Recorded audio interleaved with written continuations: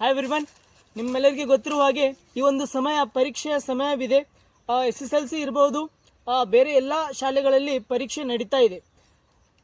ಪರೀಕ್ಷೆ ನಡೀತಿರುವುದು ವಿದ್ಯಾರ್ಥಿಗಳಿಗಾಗಿ.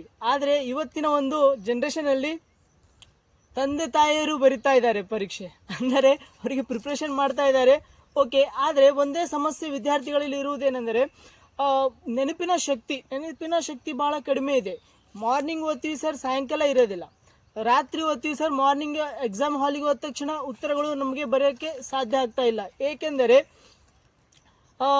ನಮ್ಮಲ್ಲಿ ರಿವಿಷನ್ ಮಾಡುವಂತಹ ಒಂದು ಪುನರಾವರ್ತನೆ ಮಾಡುವಂತಹ ಒಂದು ಶಕ್ತಿ ಇಲ್ಲ. ಈಗ ನಾವು ಎಕ್ಸಾಮಿನ ಹತ್ತಿರ ಓದುತ್ತೇವೆ, ಇಲ್ಲ ಅಂದರೆ ಓದುವುದೇ ಇಲ್ಲ.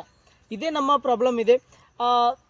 ದಯವಿಟ್ಟು ಯಾರು ಎಕ್ಸಾಮಿಗೆ ಪ್ರಿಪರೇಷನ್ ಮಾಡ್ತಾ ಇದ್ದೀರಿ ಅವರು ತಮ್ಮಲ್ಲಿ ಕೇಳಿಕೊಳ್ಳೋದೇನೆಂದರೆ ರಿವಿಷನ್ ಪುನರಾವರ್ತನೆ ತಾವು ಮಾಡಿಕೊಳ್ಳಿ.